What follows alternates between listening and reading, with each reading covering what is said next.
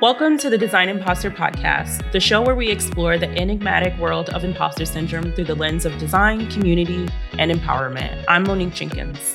And I'm Jessica Valis. We're your co-hosts of the show and the founders of the Creative Circle Collective, a design agency that strengthens community links for nonprofits and corporate businesses by creating impactful branding and websites. Join us as we explore the relationship between design, community, and creativity. Welcome to Design Imposter. Hello, Design Imposters. Welcome back to another episode where today we're talking about the hidden costs of being a designer, agency owner, and freelancer.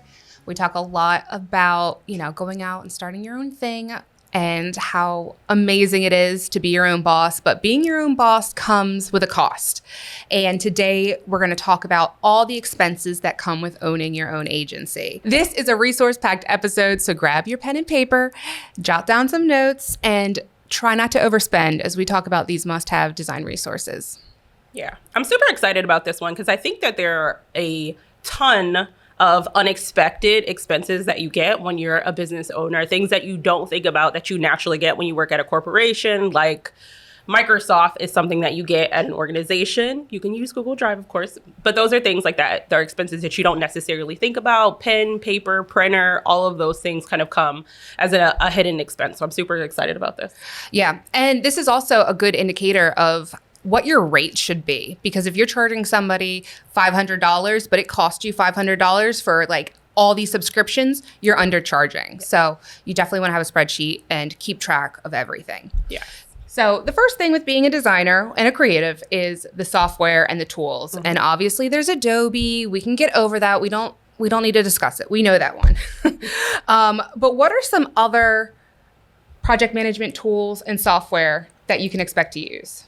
So, we know Adobe, but in addition to Adobe, I use Figma. So we use Figma as well. We use ChatGPT, and we have the premium version of services like that. There's Quillbit, there's Google Drive. You need an email address for your business, web domain, URLs, GoDaddy, Namecheaply, whichever service you want to use. And I also think there are some like extraneous ones, like QuickBooks is one that we use as well. You have to get a tax accountant. You have to get business insurance. Those are all things that you don't necessarily have to do when you work in a corporate environment that you have to think about when you're a business owner. Yeah. On a website side, there is a couple tools you can use. Obviously, you want to have your domain name, which is about $10 to $16 a year. Then your domain hosting, which can be anywhere from like $20 up, depending on the size of your server. Mm-hmm. And then if you're an agency owner and you're hosting multiple websites, you can have everything filter in to one platform and you can see all the plugins that need to be updated, what caches need to be cleared. And I use Manage WP. And you can turn things on. You can have free backups that do, once a month. Or I have clients that update content hourly. So I can set it up to back up hourly, but that comes at a cost. So for every client I have, I could be spending an additional $10 plus a month. So that's another thing to consider. Yeah, but those expenses can be billed back to the client. You just have to remember to put that in to your expenses. So when you're putting a proposal together, don't just say it's going to cost $500 for the design. It's going to cost $500 and then it's going to cost an extra $100 for the software and the development. So it's really good if you can like outline it a little bit. And if you're bringing multiple people on and they have a specialty, like you could say, Monique is doing UX, it's going to cost $100. Jessica's going to do design and development. That's going to cost $300. The software is going to cost $100. And then your clients get a better understanding of where the money is going as well. And then you're not spending your money on their services. Yeah. I was going to say, I was looking up a bill that I have with all of our business expenses in it. I think I spent $1,500 in the month of December on our business between like podcasting, software, as well as like Rocket Lawyer. We like got an S Corp for our business and things like that. I think those are all additional expenses or maybe upfront expenses sometimes that you'll have to pay yourself out of pocket and don't get attributed to a client. So you have to think about the upfront cost of starting your business as well as all of the additional monthly services and things like that you have to keep going. Yeah. I mean, if you know that you're going to have to pay $700 a year for insurance, then maybe just increase your rate a little bit to offset that cost. So you're not using your earnings to pay for these things. Yeah. And if you're a UX designer, UX design software platforms range about $200 a month, and then you have to pay participants on top of that. So if you are sourcing participants yourself through your own social media platforms, it's free to do that. You just have to get them to, sign up for it. But you usually pay participants, I would say no less than $25 to $50 per half an hour in order for them to give you actionable feedback that you can apply to your client's website, and you would bill that to the client. But if you're using a software like usertesting.com, that could run you $200 to $300 a month, depending on how many of them that you're doing a month. So the next thing is hardware. And obviously we're podcasting in a studio. We've got Evan, he's brought his equipment. But when we started the podcast, we were doing this in the comfort and convenience of our own home offices, which meant we got our own audio equipment. So there's things like that. But there is also a reason why I am rocking a 2014 iMac. It's because it's expensive, thousands of dollars. Yeah. I'm not rocking a 2014 iMac. We gonna get Jessica an updated computer, okay? I'm working on it, guys. But yes, those are some of the things that you have to give and take. Spending $3,000-$4,000 on a new laptop is not feasible if you're not bringing in the revenue source to kind of make up that. And then, at the end of the year, you get to write off some of your expenses and things, but you have to pay for it right this second, which is always the problem. Yeah, I'm always thinking, do I get a $3,000 iMac or MacBook, or do I buy 4 plane tickets to Germany? Like, these are the things in my mind. I'm like, what is the highest priority right now? And her highest priority is I want to go abroad. So I will persevere, even though I can't get any of the recent Adobe updates for like the past year. Really? Yeah. So I'm rocking old software too. They're like, yeah, we're done with 2014. We're not. Yeah, but I mean, I don't really use anything outside of Illustrator and Photoshop. Yeah. So I mean, those are pretty standard. And I'm not doing illustrations either. Yeah. I think, but then I think it depends on what your service is. So as a designer, if I'm an illustrator, then maybe I do have to have the newest, latest, up-to-date kind of stuff, because the technology is important, and how fast things are running is important. But if you're just using Photoshop, I think that you're probably fine. Yeah. You can Photoshop on your phone now too. Yeah, you can. Yeah. And if you're an illustrator too, you might have like the tablet, pens. That's not my field, so I can't go into that. But also, like, if you're into the photography, there's the camera, the lenses, the tripods, microphones, lighting. So depending on which sector of being a creative, it can get expensive. Yeah. I think for design, we have a lot more programs, whereas if you're in photography, you have a lot more equipment. Yeah. And obviously, you have to do the editing and everything. So the next thing is your workspace. And this could be having an office space dedicated at like a building. It could be a co-working space. But rent, utilities, and office furniture, those come at an expense. Yes. So Monique happened to win our office space because she's amazing and all these crazy things happen for her. But what were some of the expenses with getting the free studio? So I had to buy a monitor, I had to buy a keyboard, a mouse. Obviously, my laptop can go back and forth with me. I bought like a doggy bowl because we are doggy friendly. So I have a dog bowl upstairs. I have some additional snacks and things like that, coat hangers, chairs, a desk. So those things are an additional expense. And although we won this space for some portion of time, there will become a point where we'll have to pay for this office space. And I think it'll run us maybe $1,100 or $1,200 a month, depending on how large or small of a space that we want to get. We probably wouldn't go anything smaller than what we have currently. We honestly want to go bigger. So that would probably be maybe $2,000 a month in order to have our office space. Yeah. And what would you say are some of the clear benefits? Like, why would you say, yes, let's continue to spend money at a co-working space versus I'm just going to do it from home? Like, how do you justify that expense? So I think for me, it's easier to be outside of my house to get a little bit of work done. I love being at home. I love staying in my pajamas, I think. But there are some days, because I have a small child, where I just need to separate myself from my home environment. And I think that's a big part of being able to get work done, is being able to step away from family. I also think that seeing other people who are successful in their relative businesses inside an office space does a lot for helping to boost and motivate you as a particular person.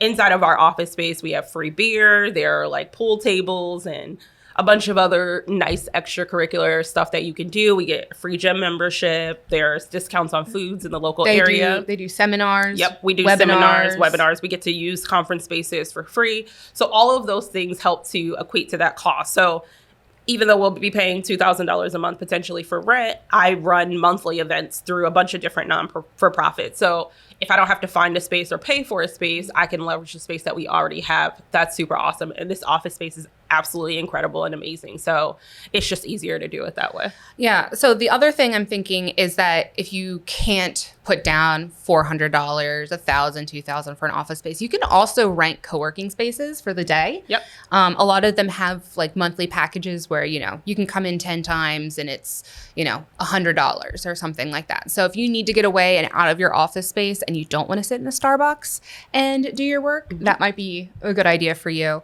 And the other thing too is if you are running an event, Monique runs many events, and they come with their own expenses too with having a physical location. Yes. So renting the space, getting food, marketing. What would you say? Can you walk us through like a ladies wine and design event? Sure. So first thing that I do usually is put a call for speakers out on LinkedIn or some platform. That doesn't cost me anything except time. So time to create some type of graphic that's engaging enough to get people to kind of get pulled in. And then after that, I usually include a booking link, something like Calendly, which costs $15-ish a month.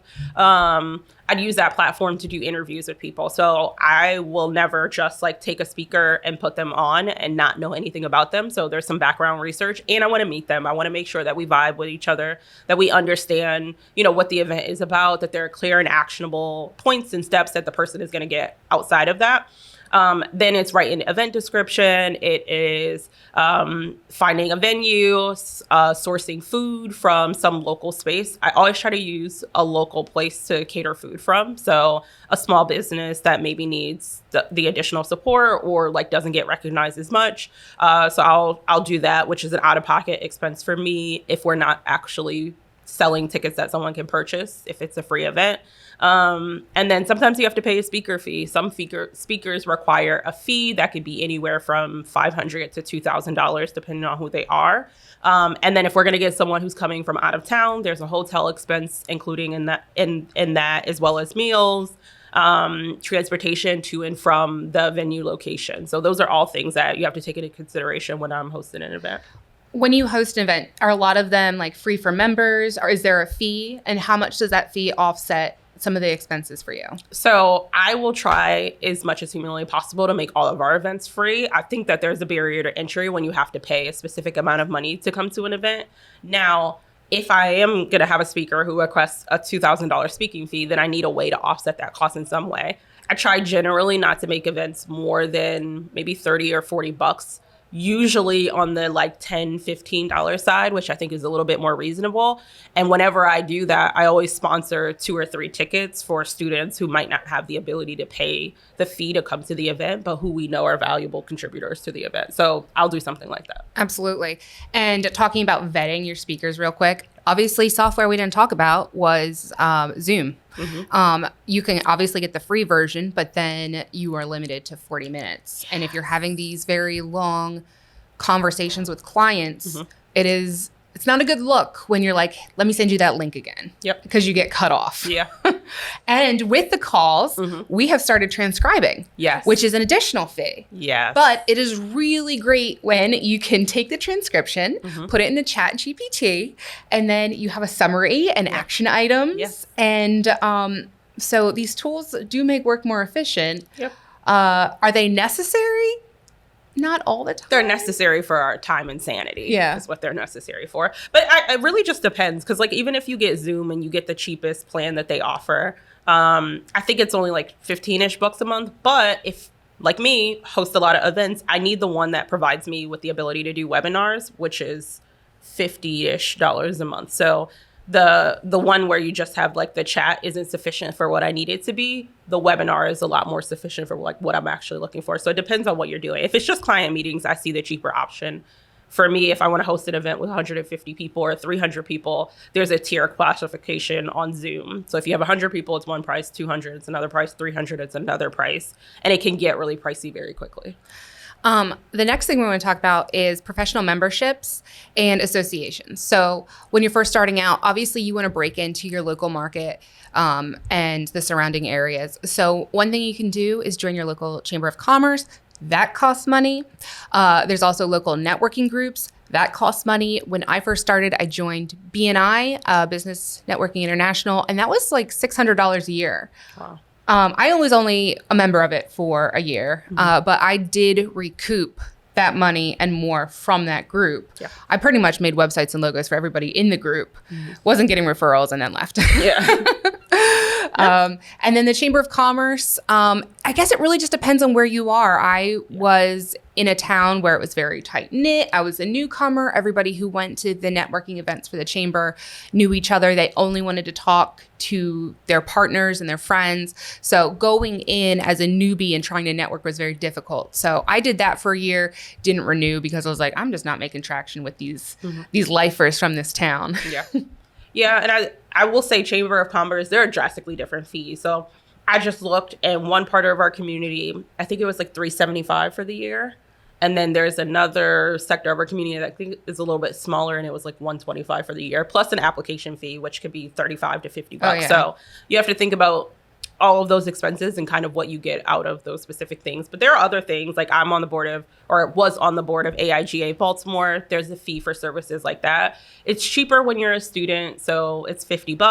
But as you become a leader or a professional in your relative field, it could be upwards of $500, $600, $700 in order to be a part of organizations like that. So you have to figure out which ones are best suited for you. But they are amazing spaces for you to be able to network and to learn things.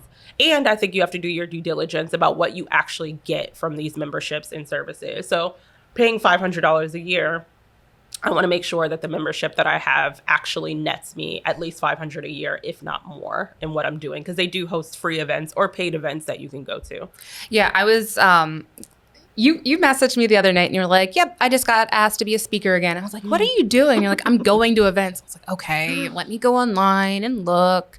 And as I'm looking, because I'm in the York, Harrisburg area of Pennsylvania, I'm putting in different keywords and I'm like, oh, look, there's this conference thing and it's, $250, or like, oh, it's a 3-day thing out in Philly and it's $500. Am I going to get value from the speakers are there?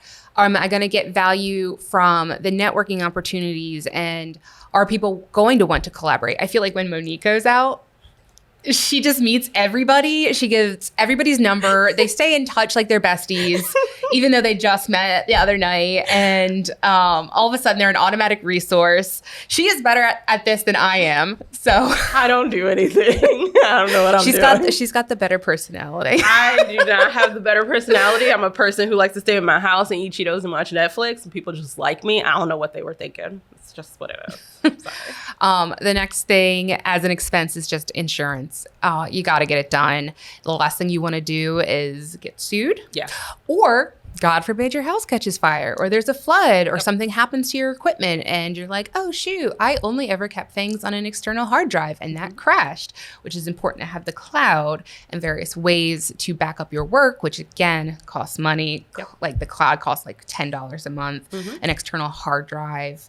God forbid it breaks. I've been there and I've taken it to Best Buy and they're like, yeah, we can't recover this. And then you're spending $150 on a new external, but they've gotten cheaper since the original days.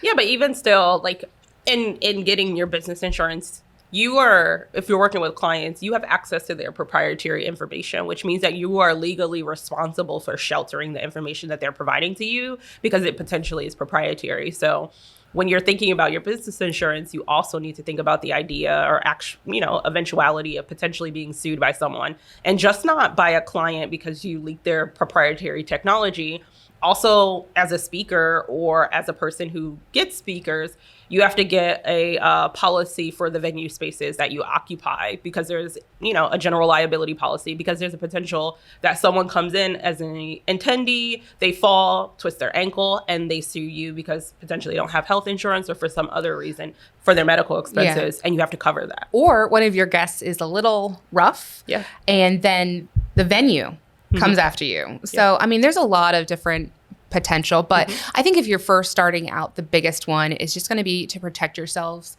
from any potential liability with your clients. It's very important to pay to have somebody review your contract so that all your I's are dotted, T's are crossed. You need to have a clause in there that, like, I can use any pictures, I can use any of the pieces that we created together, I can use them for my portfolio. You have to make sure all this is outlined, and they have to do their due diligence on you as well and read these lines. And if you need to make adjustments to the contract, do it. But you can't just assume that you have the right to use their stuff.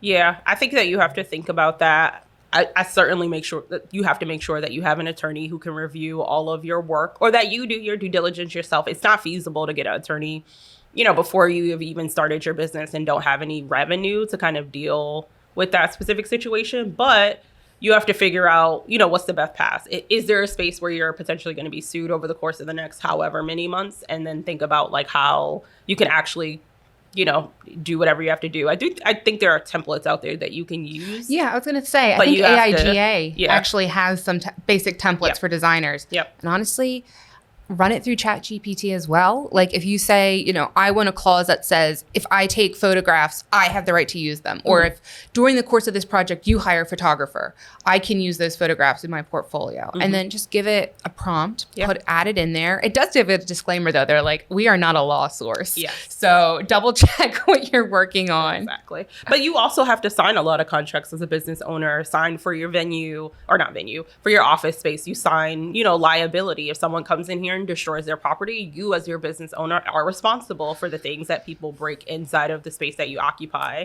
And then if you're using a photographer, they make you sign, some type of contract as well, that they can use the imagery that they're getting for their portfolio. Or if their equipment breaks. Exactly. So you have to think about all of those things and construct to like what you're actually doing. Not to scare you, but just saying you do. And insurance for a business can run anywhere between like $800 plus. I would say it's on like the $600 to $800 range if you're just starting out, you don't have a lot of assets. And they can break it down, monthly. So it's not like a big out-of-pocket expense immediately. I think for mine, when I first started, I was paying $150 a month for insurance. I think I paid yearly, and it was like maybe $1,200. Okay. But that kind of equates. Well, you always get a discount too when you pay by the year. Yeah. But I think that I got like enhanced computer protection or something like that, which covered like my specific assets as a business owner, but also any proprietary information that I got. Like if my laptop got stolen when I was on vacation and it had some clients' proproprietary technology on it, if they should sue me, I wanted the ability to be able to protect myself in that event. Yeah, like leaked. Data. And, like it can be a mess. Don't open spam, guys. Don't open spam. It will cost you. So just don't. All right. The next thing is marketing and advertising. Social media is free, but there are tools you can use to make it more efficient. So there are scheduling apps, which can cost anywhere from like $10 to $20 a month, maybe more if you're running the agency. I think if you're just doing it for yourself as an agency owner, it costs on the lower side. If you're doing something on the agency side, it can be like $500 plus. Sometimes they're like, call us and we'll set up a custom cost for you. The other thing is we're using Taplio, which helps create content for you. I did by the year, not cheap. It was like $600, $700, $800 from the get-go, but it's a great tool. I used it. Monique was getting more hits on LinkedIn. So I was like, here, you just use my account. I hated that for me, y'all. I really did. I was like, no, LinkedIn. There's also extended versions of the social media accounts. So there's LinkedIn Premium. If you're going to use any software for like editing your social videos. Sometimes you got to pay to get, the little logo off the bottom, which is annoying. If you're going to transcribe your videos, at least when I first started doing my videos, I would put the subtitles at the bottom, and it would be like, it would have the little name of the company on there. And I was like, I'm already paying to use this, but if I paid more a month, it wouldn't be there. Other expenses would be something like Canva. I think that's a good expense. Because I use it all the time. It really just depends. I'm kind of deviating away from Illustrator and Photoshop for social media. I know Monique uses Figma, but I use Canva all the time, and it's great for clients who are not tax savvy. They're not paying for the equipment. They don't have the capabilities or know how to do it. So you can set up templates for them, and then they can continue off of that. The other one is Ad Creative. I still don't know what Ad Creative does. I tried it. I just don't have time to commit to it. So I was doing that monthly just to try it. I'll probably cancel it. Because I was like, I think we can just do this on Canva and Figma. I still don't know what Ad Creative does. I was like, okay. It's like social media post AI version, but it does like graphics and stuff. But I think we're getting a good template and a good rhythm going. So I don't think we need it. And then we already talked about Calendly and scheduling tools and stuff. And then one of the things that I didn't realize is I think it might be Zoom. I think Zoom has a scheduling tool embedded in it. Yes. Yeah. So you might not need Zoom and Calendly. You might just need one or the other in order to kind of schedule out your events and things like that. I didn't notice that until like earlier this week. And I'm like, why am I paying for both of these services? But I think we use them for different purposes. Yeah, well, you can send out, or somebody can send you a Zoom link and say, hey, the appointment's at this time. I use Calendly because if somebody tries to send me an appointment and I've already got something scheduled, it'll bounce back and be like automatically rejected. And they have to send like a new request for a time. Does Zoom not do that? Like, I know it's integrated with my calendar. I don't know if it takes into consideration things that are already on my calendar though. I can only say I've only had one instance of this where a client was trying to set up a meeting and he was like, Jessica, it bounced twice. And I was like, well, I've got some day blocked off, or like I've got an appointment. Yeah. So that's a benefit. I mean, it's a small benefit. Yeah. You should really just coordinate with your client ahead of time on when you're doing calls. And then you don't necessarily need Zoom. You can use Google Meet. Yeah, Google Meet in order to schedule your meetings. They integrate really nicely together, and it takes into consideration the things that you have already scheduled on your calendar. So I think that that's helpful. So the next thing is going to be tax services and accounting. So if you're a freelancer, you're responsible for managing your own taxes, which includes employment self-employment tax and possible sales tax, depending on what your respective industry is. You also need to look for an accountant who can help you to manage your books, sometimes a bookkeeper to help you keep up with the month-to-month kind of expenses of things like that. So those are all additional expenses that you have to take into consideration. I know my first year as a business owner, I hired a tax accountant because I was just like, I don't like the IRS enough to like see them in person ever. So I prefer somebody else to handle that.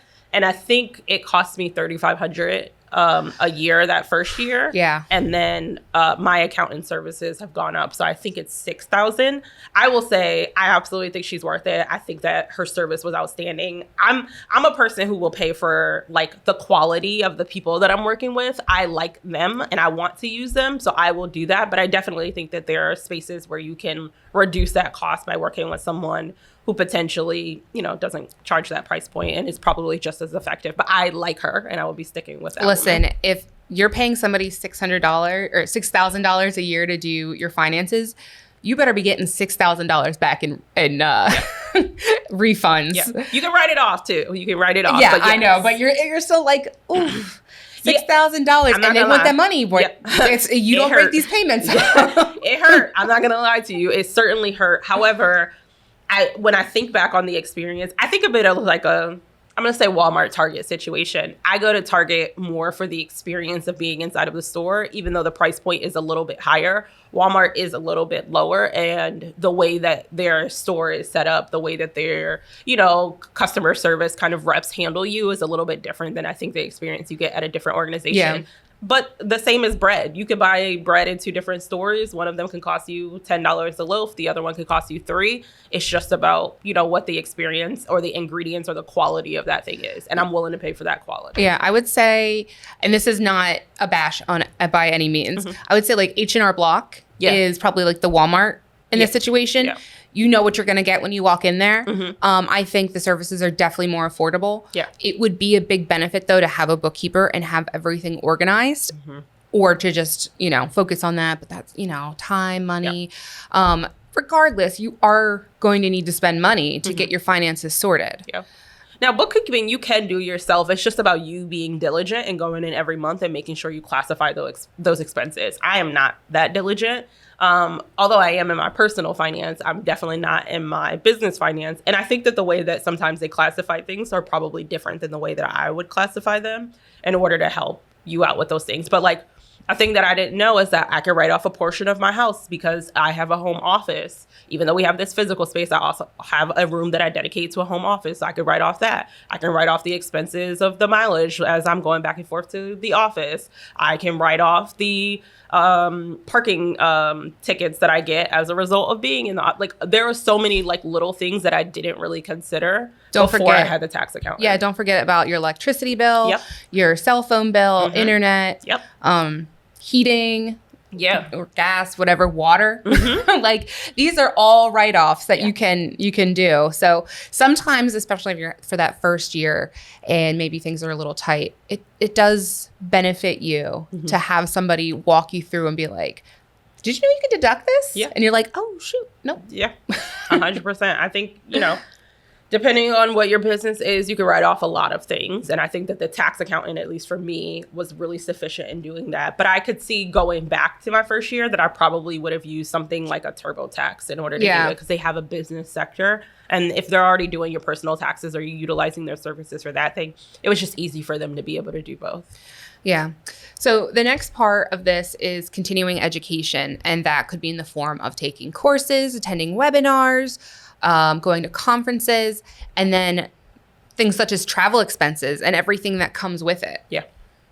I am going to at least 2 conferences this year. One of them is in LA at the beginning of April. Sounds right. Is that Afrotech? No, Afrotech is in November. But April, I'm going to a conference in LA for probably about a week. And then Afrotech is going to be in November. So I get the opportunity to write both of those off as well as the hotel expense. And I think you can write off like 50% of your meals and things like that. So when you're thinking about continuing education, it's not cheap. Afrotech, I think the student rate is like $250. I think corporate is maybe like 500-ish, and then executive is $750 early pricing, but maybe $2,000 without early pricing. Today's the last day for early pricing. If you're watching this, it's March 1st. It's the last day. It's the last day to get your early pricing. But they're not watching it today. Yeah, I'm sorry, guys. Sorry you missed it. But you should still go. It's an amazing opportunity. But yeah, for Afrotech, I think last year, I think my ticket cost $1,100. My flight probably cost me $700 or $800. I think the hotel was another $2,200. So maybe about $6,000 on one conference is what I'm spending. But do you think because of attending a conference and engaging with so many individuals, one, that you got your money's worth just from the education standpoint, and two, because of networking, you were able to recoup that from the connections you made? I always do this weird thing at conferences where I go to all the beginner courses because I want to make sure that I didn't miss anything. And then I get in there and I'm like, I know all of this already. So that's my problem. But I think the opportunity to network with so many people across the country is absolutely integral to like my business practice sense. I'm so much better in person. I'm able to like vibe with people. I'm able to feel people out. I do get a little like shy and reserved at some particular points, but the amount of people that I met at Afrotech that like have actively contributed to my life at this particular junction made the $6,000 worth it. I know I'll make that money back tenfold. So for me, it's certainly worth it. But I think there are some conferences that you go to that sometimes like it's not worth it because you're not making the connections. And sometimes the talks themselves aren't worth it. I did hear Morgan DuPont, who runs Afrotech and is in charge of Blavity, say in a TED Talk or something that sometimes people fly out for Afrotech without even having tickets. It's just that they want to be in the environment. And since they host so many events outside of that space, they have the ability to kind of network with the environment without paying for the actual conference ticket. Yeah. So like they're going to like a bar or restaurant, then, you know, they don't, unless they buy out the place or rent it for the day. The next thing is client acquisition and the tools that you need. Obviously, we said QuickBooks, which can send out your proposals and invoices. But there's other software. I was big into Dubsado when I first started because you can make templates and you could log the emails that went back and forth. It was just a very affordable software. I think it's $20 a month. But when you have retainer clients and things are constantly coming in again, it just offsets the cost. You don't have to make your proposal and reinvent the wheel every time you have a client. And then you can also break the payments up really easily. Other sites like Bonsai and Bloom, they do the same thing. It's just a matter of preference with what you want to do. I know you prefer to use QuickBooks. I prefer to use QuickBooks for the invoicing side of it, but everything else I like to customize on something like Dubsado. Yeah, I have Dubsado was never really my jam, although I think it's an amazing platform. Jessica had so much more success like setting up Dubsado than I ever did, which is a testament to me not being able to use technology properly. But for me, it was just, I create custom proposals inside of a design software for clients, and I change them depending on the client. So it's more of like a customized thing. You set up like packages that you can like kind of like dip and dabble out. There wasn't a need for me to use something like Dubsado in order to help that. In addition, I didn't know what I was doing as far as setting it up. So it was fine. Another thing is your team tools. So if you're using Slack, Asana, there's so many different ones. There's also like Zoho. They had a lot of ads for a while. And I was like, oh, this sounds amazing. And, you know, you do the free trial and the next thing you know, you're like $700 a month. And you're like, I'm not that big an agency. And one of the other ones that I like, I think Monday.com, or I think we said Asana, are services that you have to set up so that you could just track the project. Like project management services are incredibly important, specifically when you have a bunch of employees or contractors who are working inside of your sets. You just have to track a bunch of different things. It's easier to do it inside of a platform like that can help you manage that workload. Yeah. And speaking of your team, there's also the expense of hiring external people. Yes. And knowing what their fee is up front. So we had kind of touched on this on another episode where you're like, you know, how much is it going to cost you to do this logo? How much is it going to cost you to edit these photos? Or, I mean, it's the same thing that clients do for, you know, us. How much is the website going to cost? And, you know, or what's your budget? And you work within that. So, you have to take that into consideration. And then again, breaking down your proposal to say, you know, UX is going to cost you $100 because you know the other person is going to charge you $75. So you want to make a little extra off the top because you're going to need to project manage and coordinate with that individual. So you do need to know their costs and expenses. If you are going to send them paychecks, you've got to pay for that software, which can be integrated into QuickBooks. Our developer for the podcast, our producer, Evan, told us about one. I think it was like Patriot. Yeah. So I have that on my list to go check out. I'll put a link to last week's episode and Patriot in the show notes. But again, it's like so many little things that just add up and you could do it yourself. But you're going to fall through the cracks at some point. And it's too much work. You won't actually be able to do the creative side of your business. And you have to decide eventually if you want to do the creative side of your business. I think that, you know, there will get to a point. There are much better designers out there than me. I think we will get to a point where our focus will be more on like client acquisition than it will be on the design side of things. And we will pay, you know, designers or hire designers to do that portion of the work. I won't say that I will ever step away in a sense that I won't see it before it goes out to a client. I will be very in tune with that part. But I don't necessarily think that I have to create the initial vision in order for me to feel comfortable with like looking at someone else's work and critiquing it to get to the place where we need to go with the client. Yeah, I think too, you can hire somebody like a secretary, an office manager, a project manager to do these little things within your organization. So if the only thing you're passionate about is design, go ahead and do it. You can still be the founder of your company and do these things, but you can also have a management team that runs everything else. Yes. I think one of the things that's important is understanding the cost structure of all of your freelancers or contractors or whoever the case is before you price out work. So one of the things that we have is a spreadsheet. A spreadsheet has all of the hourly rates of anybody that is a part of our team so that we understand how much or how expensive something is going to be before we bring in, a project. So say we tell a client the UX portion of this project is going to cost you $20,000. But the rates of hiring the 4, UX designers that I actually need to do the work is $60,000. There's obviously a discrepancy there. That's a point where I would be like, hey, we can't hire maybe 2 of these people. I'm going to have to jump in and do the extra grunt work in addition to managing the project. And then we purchased thecreativecircleco.com and creativecircleco.com. Yep. You want, the shortest name possible. So why have more confusion if somebody else comes in and decides, oh, I'm going to be the Creative Circle. So let me differentiate. Not in this one. Yep. Sorry. You set up email forwards free. The domain costs you $10. Yeah. So what's the price of having authority over these names to you? Is it worth $10? Is it worth, too much? I don't really care. I just want my URL. Yeah. And that's it. It depends on who tries to purchase it from me later.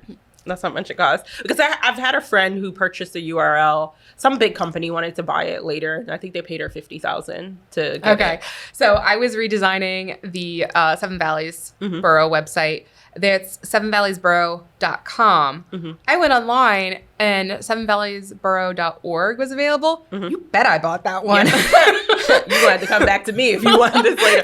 I bought that one. I've also been at corporate entities that changed their name. And I think we paid $1 million for our URL because someone owned it. They bought it in 1999, just knowing, and they've kept it up ever since. And they were like, yeah, I'm not willing to sell it. And I think they offered 50 or 100. They were like, no. And we ended up settling at $1 million. Yeah. Then there's companies where you change your name. Yeah. So one of my clients is, their URL was BLSR CPA. They changed partners. So now it's BLRRCPA.com. But because they've been in business for so long, they are going to keep the old domain and so it can continue to forward. Yep. Because sometimes when you're going to type in a service that you've always been using and the computer just pops up the URL automatically. Yeah. So, I mean, even your email address, I'm like, I'm going to email Monique and it pops up Monique at Jenkins Creative. And I'm like, no, at Creative Circle. I know. I deleted the one for Hartford Design, so I stopped doing that. I was like, she don't live here no more. She's live here with me now. But yeah, I think that is a consideration that you have to make as well, is how important is your URL name, and then how readable it is, how easy it would be for someone to find. I know when we initially picked our URL and we had the Creative Circle, I could not get to that URL to save my life. Every single time I would tap you and be like, hey, what's our URL name again? Until we changed it to Creative Circle Co. Now I could find it just fine. But at first it was difficult for me. The was throwing me off. Yeah. So the very last thing is just talking about unexpected costs. This could be that you are on vacation, something pops up, it's an emergency for the client that you weren't prepared for, your team is not prepared for it, the rush aspect of it. So something pops up and now you have a rush fee, you're not capable of it, you've got to outsource it. So always have a little piggy bank of emergency money on the side. Yeah. And unexpected things happen all the time in businesses. You launch a website and all of a sudden everything goes down and you don't know what the heck to do. And you just have to get it done really quickly to get things together. Those things happen and there's a cost associated with them. If you have to hire someone really quickly in order to get something out of the door, you got to have backup money for that. I remember I was building out a site recently. We did the testing. Everything worked fine. And then this past month, plugins updated. They're no longer compatible. Yep. Thank you. And the client emailed back and was like, I can see your login at the top of the page. And it's we have to clear the cache. But I have to contact my developer to do that. He is by project. And every time I tap him after a project's completed, that's an invoice. So to have a reoccurring thing and you're like, oh, I think we fixed it. And then the plugin updates again. And you're like, oh my gosh, like how many times? I mean, and these clients are on retainer. You are not necessarily thinking, okay, I need to charge, I'm giving them 3 hours of my time a month. Plus there's the 3 hours of emergency services that are going to happen. These are just unexpected costs. And then you have to think, do I charge the client for this? Or is it my fault for not monitoring the, disruption with the plugins? Yeah. And sometimes you have to hire someone who just does that, whose job it is to make sure that everything is up and running and doing exactly what it's supposed to be doing. So, as we've talked about today, there are many, many, many expenses, costs associated with owning your agency. Not that should dissuade you. No. You should definitely create multiple bank accounts and have one dedicated just to your subscriptions and know exactly how much you need to send over to that account, how much your yearly stuff is. And a good book to read on this is The Profit or Profit First. I think you sent that one to me. Yeah. I'll put a link in the description. It's like a $5 book, but this guy talks about how you need to have 5 bank accounts. 10% of it needs to go here, 5% needs to go here, 30% goes here. And every time you get paid, you have to distribute the amounts a particular way so that you're covering all your bases. So I'm trying to do that. It's not very successful. But we have one account, but we have it broken up in a way where it has 5 sections. Yes. So we don't have 5 different accounts because that's too much for me. Logins wise, it's too much for me to manage. No. It's all under the same account too. Yeah. So I was like, that's an easier way to split it up. Like you have a place where the money comes in and then you just distribute it inside of your account. Although I don't know if we can do that automatically. We'll have to see. That's something that a bookkeeper and an accountant could probably do. And then we wouldn't have to worry about it. See? That's the $6,000 right there that I'm paying for the tax services. I do have a question before we end. All right. So there are a lot of things that we talked about. What do you think on a monthly basis is what's the number? Like someone's like, okay, I'm starting a business. I probably need to have at least $500 a month in order to start my business monthly for the first year. Yeah, I would absolutely say $500. $500? It depends on how much you're bringing in and the range of clients. If you're just starting out, maybe you're still working in corporate and you're just testing the waters, I would say $500 max. You need to make sure that you're bringing in more than $500 a month. If not, you need to scale back on your subscriptions. If you are getting larger clients, and for me, I've got a ton of clients who use the same plugins. I'm not using the free version. I'm using the premium, and that costs more. But again, it's the opportunity cost of everything. Okay. How much do you think we spend right now?